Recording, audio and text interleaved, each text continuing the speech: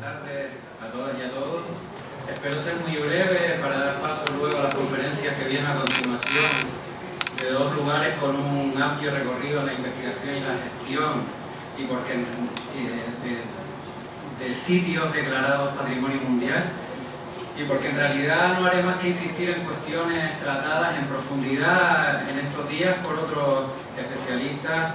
pues más entendidos en la materia que yo. La elección de Risco Caído y los espacios sagrados en montaña como candidatura oficial del Estado español a la lista de Patrimonio Mundial de la UNESCO como paisaje cultural supone un reconocimiento al valor de las expresiones tanto materiales como inmateriales que se han desarrollado durante muchísimos siglos por la población que se asentó en el interior de la isla, en el interior de Gran Canaria. Como hemos visto ayer y anteayer, ser candidatura a Patrimonio Mundial es un hecho de enorme responsabilidad que plantea tanto retos como amenazas. Retos no solo en cuanto al estudio y a la protección del patrimonio, tanto arqueológico como etnográfico, sino en relación a su gestión, a su puesta en valor, al servicio de la comunidad local y como vehículo de participación ciudadana. Y amenazas que están muy relacionadas con el efecto llamada que se ha hablado estos días y a la gestión de la tensión entre el turismo de masa y una actividad turística a disposición de la comunidad local. Ya hemos escuchado en estos días hablar de paisajes culturales, de su definición y de las implicaciones que ello supone de cara no solo al conocimiento, al estudio, a la conservación y a la gestión del patrimonio, de todo un enfoque integral, sino también como un motor para favorecer el desarrollo local dentro de parámetros social y medioambientalmente responsables. Para la UNESCO, la definición de patrimonio cultural está relacionada con la actividad humana dentro de un entorno. Como ven, representa, según la UNESCO, la obra combinada de la naturaleza y el hombre, reflejada con frecuencia en técnicas específicas de uso sostenible de la tierra y teniendo en cuenta características y límites del ambiente natural que están establecidos y una relación espiritual específica con la naturaleza. Entonces estamos hablando de la consideración, de la protección, de la conservación, no solo de aspectos materiales, sino también de aspectos espirituales y simbólicos. A mí me gusta especialmente dos definiciones de paisaje cultural. Quizás la primera persona que lo definió, que fue Carl Sauer, que ya Joaquín Sabaté nos habló de él el otro día, que es el registro de la huella humana sobre el territorio. Pero aún más me gusta la definición que hizo el otro día Joaquín Sabaté, que es la huella del trabajo, un memorial, la memoria de los trabajadores y trabajadoras desconocidos. Los tipos de paisajes culturales para la UNESCO serían el paisaje cultural creado, que es el que está diseñado, concebido por las personas. Son paisajes, digamos, de cierta manera artificiales, asociadas a un espacio, a un territorio. El paisaje, el que puse ahí es el paisaje cultural de Aranjuez, que está declarado Patrimonio Mundial. El paisaje cultural evolucionado, que es el fruto de la acción de la gente sobre el medio físico. Aquí se ha hablado de él en estos días, que es el paisaje cultural de la Sierra Tramontana, con algunos elementos muy parecidos a lo que sucede en nuestro territorio. Y el paisaje cultural asociativo, que es el que son enclaves naturales al que se asocian valores tanto religiosos como artísticos, como culturales, y cuyo significado es más importante que las evidencias materiales que encierran. Aquí igual tienen pues la típica imagen del centro de Ayers Rock en Australia, y digamos lo que se están protegiendo aquí son elementos tan intangibles del paisaje. El paisaje cultural asociativo, que es la categoría con la que se presenta el Risco Caído, los espacios sagrados de montaña, está reconociendo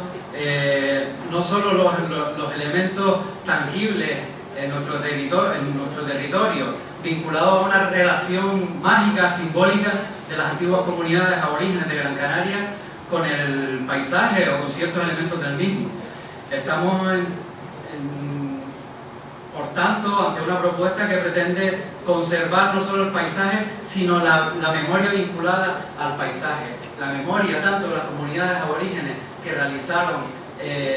estas obras, de las cuales se ha hablado también ayer. Julio Cuenca ya nos hablaba, nos explicaba el contexto arqueológico, los fenómenos astronómicos que se producen dentro de la cueva de Risco Caído, que digamos que es el elemento fundamental y el que le da nombre a esta propuesta, o el del taiga, que constituye un elemento natural en el centro de este paisaje, pero que a la vez constituyó también un lugar como Risco Caído,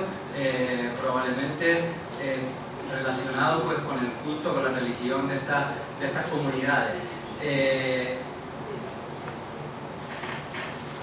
El hecho de considerar el espacio como paisaje asociativo pues trae consigo,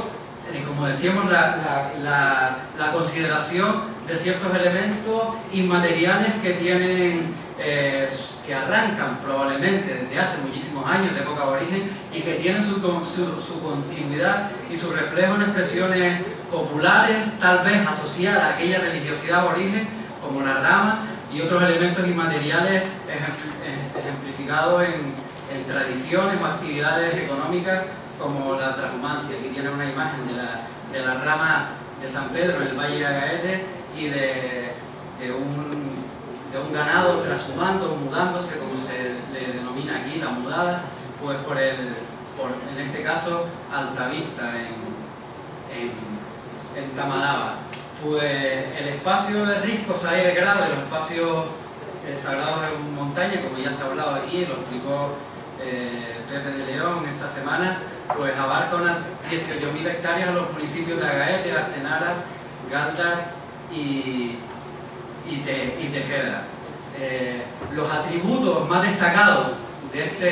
este paisaje que lo llevan a su candidatura como patrimonio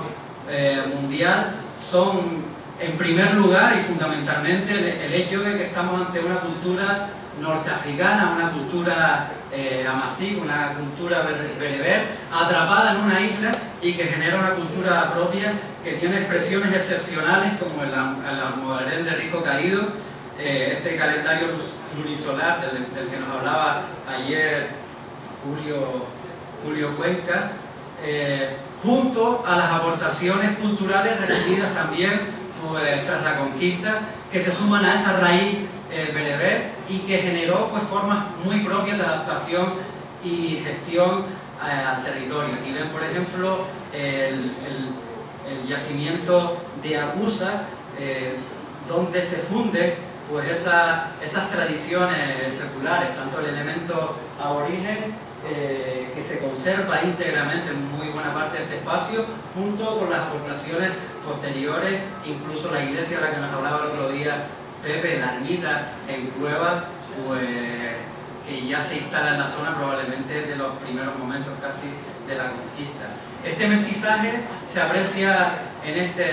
esta imagen, ¿no? La cueva como elemento de raíz berebero, amazigh, el vino como aportación europea y la síntesis de ambas en la actualidad con la creación de nuevos paisajes y nuevos elementos que tiran de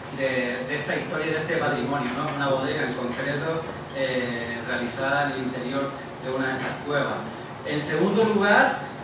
otro de los componentes importantes es el medio donde se dan cita estos atributos culturales,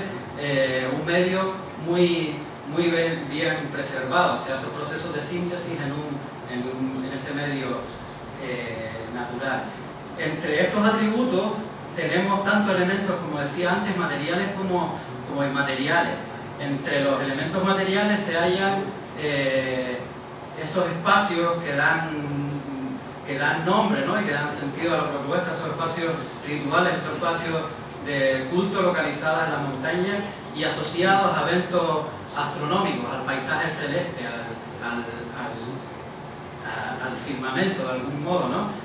Las montañas como espacios sagrados, que como decía antes, tienen su mayor exponente casi en el Almogarén de Risco Caído, pero que tiene otras expresiones en el territorio, como la Cueva de los Candiles, en el Risco Yapí, donde rebosa el alicio, ¿no? Quizás tiene un vínculo especial con ese fenómeno meteorológico que condiciona la climatología en nuestras islas, o el paisaje, o el roque Ventaiga, como espacio ritual y también como espacio de refugio que nos comentaba Michel Coté ayer, como zona en la que se refugió la población aborigen durante la guerra de conquista, y como espacio al que también posteriormente llegó la gente que no quería de algún modo o que quisieron mantenerse de alguna manera ajeno a la culturación. Ayer Michel Coté hablaba o comparaba este espacio en la línea de montaña como refugio con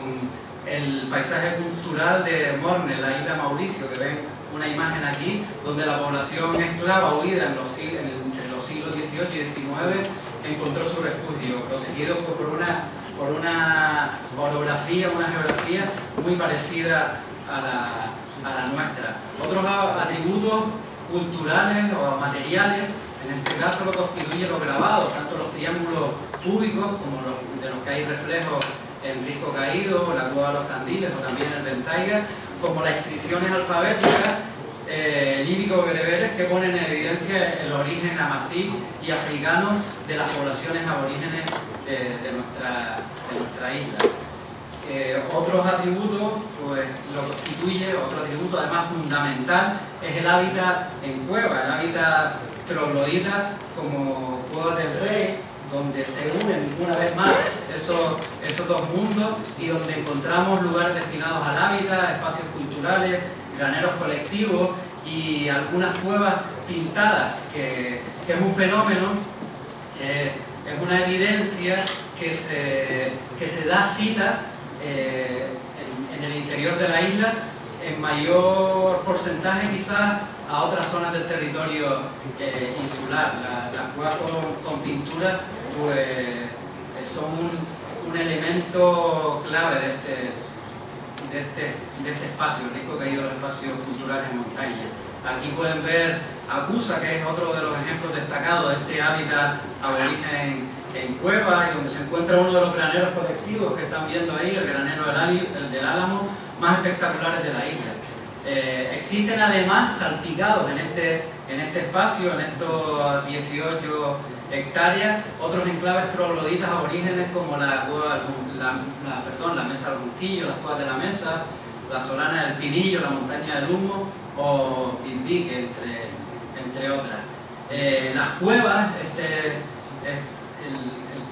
patrimonio rupestre, se erige como el referente tanto del hábitat como del urbanismo, si cabe, en la zona. Es el eje de la vida de las personas en este lugar. Aquí pueden ver pues, una evolución histórica desde la cueva aborigen hasta un lugar de hábitat, pues hará 50, 60 años, y el uso en algunos casos turístico que se le da a algunas de las cuevas en la actualidad. Barranco Hondo, que ven en la imagen, parte de la antigua Artegüigua de la que hablaba ayer Julio, es quizás el asentamiento en cueva más importante de la isla y se halla pues, dentro de este espacio. Otros elementos materiales curiosos son el patrimonio genético que tenemos también vinculado a los orígenes. En este caso pongo esta imagen porque también Julio en una intervención arqueológica obtuvo semillas de cebada que se ha demostrado que es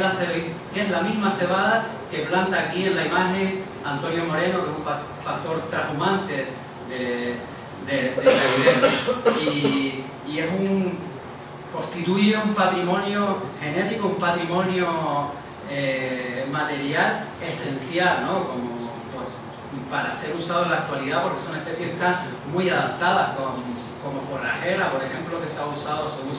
hasta la actualidad. Otro de los atributos lo constituye el paisaje agrícola tradicional. En esta imagen de Lugarejo y Barranco Hondo, que pueden ver ahí, caracterizado por soluciones extraordinarias a la falta de tierra en un territorio con una orografía muy compleja, abancarando pues enormes superficies, un ingente trabajo de siglos. Aquí no salió la foto, se quedó ahí, pero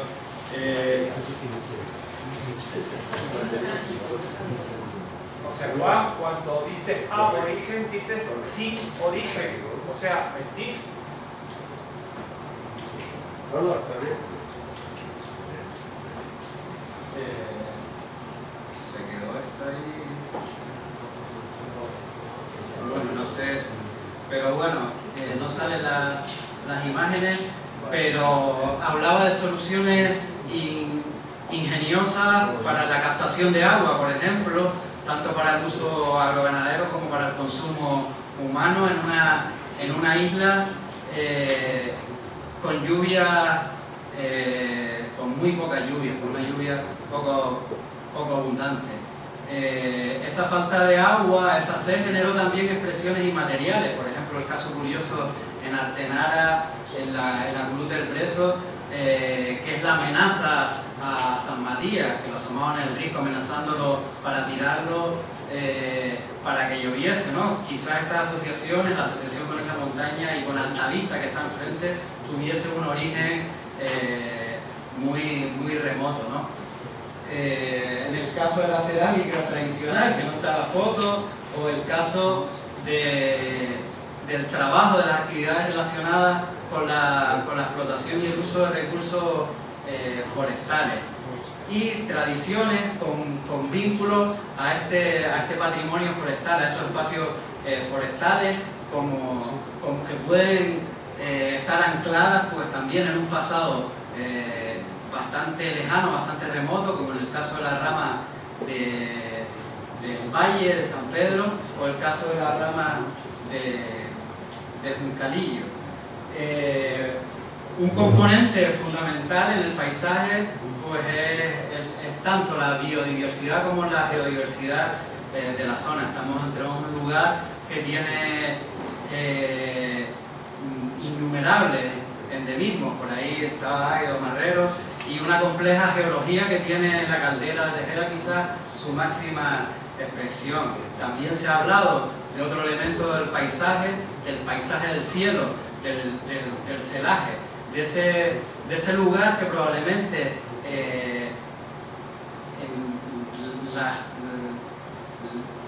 las comunidades que nos precedieron, las sociedades que nos precedieron, pues quizás no diferenciaban del paisaje terrestre, porque era su paisaje nocturno, su preferencia en la oscuridad, y que las comunidades precoloniales o aborígenes pues tuvieron una connotación pues muy importante. O los monumentos naturales, conocemos todas y todos el Roque Nublo, que quizás sea el referente y el más conocido, pero tenemos otros ejemplos como el Roque Palmer. Estos son quizás los elementos más representativos que podrían considerarse de ser admitida la propuesta a la lista de Patrimonio Mundial como ese valor universal excepcional, esos testimonios excepcionales de una cultura amazigh insular, y esas formas tradicionales de asentamiento, de gestión y de adaptación al territorio. Se plantea el reconocimiento de este valor universal excepcional como una propuesta fundamentalmente de conservación tanto de los sitios como del paisaje. La propuesta a la lista de Patrimonio Mundial, pues como paisaje cultural, lleva a entender el patrimonio desde otro enfoque al tradicional, que va del bien arqueológico, del bien etnográfico, a una concepción integral del territorio, compuesto por elementos, como decíamos, materiales y inmateriales, naturales, culturales, que forman un paisaje con una identidad asociada al mismo y que repercuta, pues también, como hemos oído estos días, en beneficio hacia los residentes. Así se plantea como un proyecto territorial que parta de una visión integral del patrimonio. En ese sentido se entiende el paisaje casi desde un concepto estratigráfico en el que se superponen y se juntan elementos desde hace por lo menos 2000 años y que nos ayudan a entender su historia, su memoria o su identidad, al fin y al cabo, y en los que a veces se hace difícil discernir el origen de una cosa y otra. Por ejemplo, las formas de captación del agua o los bancales, no sabemos exactamente cuándo se generaron, quién los generó, no sabemos exactamente quién de estas comunidades fueron los creadores de esos elementos. Esta visión integral del patrimonio nos lleva a abordarlo de manera interdisciplinar, tanto en su investigación, conservación como en su gestión. Pues hacia un proyecto también que establezca una nueva relación entre el patrimonio y la sociedad. El lunes Joaquín Sabater hacía énfasis y ponía ejemplos de esta nueva relación en el patrimonio cultural, al servicio del desarrollo local. La intervención en el paisaje, decías, debe estar fundamentada en la conservación de los bienes culturales propios y buscar el beneficio de los residentes que pertenecen a cada uno de esos territorios, pues para mejorar la calidad de vida y la autoestima. Tenemos ya trabajos que van en esta línea, en el ámbito de la reserva de la biosfera. Nos hablaba Carola también, pues de la implicación ciudadana en la toma de decisiones, o ejemplos en el Estado español de lo que se llama custodia del territorio, y que mira el turismo como un instrumento de desarrollo local responsable. Eduardo Fallo comentaba en estos días que el turismo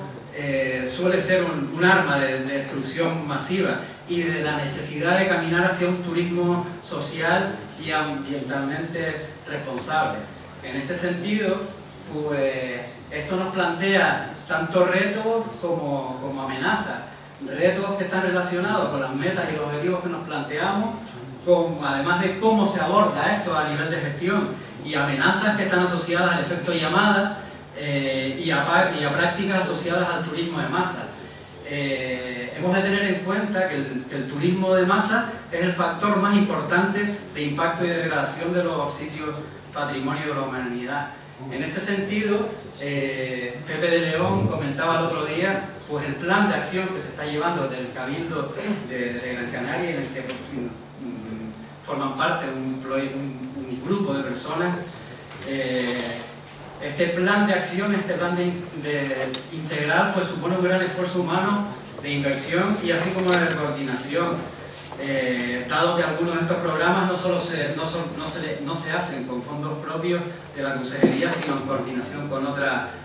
áreas. Así tenemos pues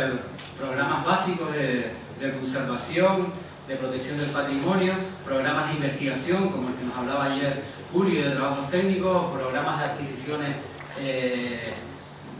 que nos habló Pepe, fundamental, adquirir estas propiedades que sean públicas para poder ejecutar estos programas, o el programa de difusión, que uno de